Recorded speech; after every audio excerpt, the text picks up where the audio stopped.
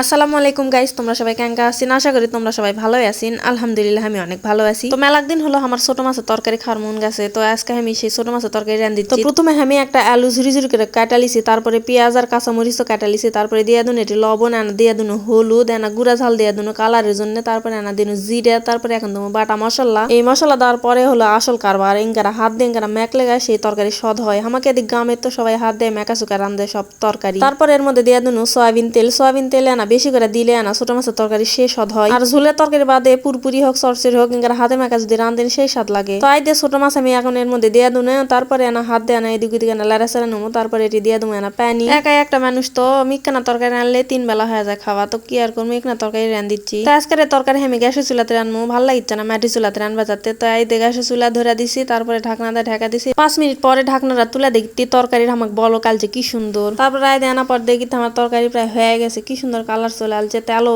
বেড়ে আসছে তরকারির থেকে। পুরপুরি তরকারি যখন দেখবেন তেল বেড়ে আসবে তখনই মনে করবেন সেই তরকারি হয়ে গেছে তোমার। মানুষ কয় নিজের হাতে তরকারি নাকি নিজে খেতে স্বাদ লাগে না, কিন্তু আমার নিজের হাতে তরকারি না খেলে সেই স্বাদ লাগে খেতে। তো কেমন হচ্ছে রে বা আমার তরকারি, সবাই না কমেন্টে আমাকে জানাবিন।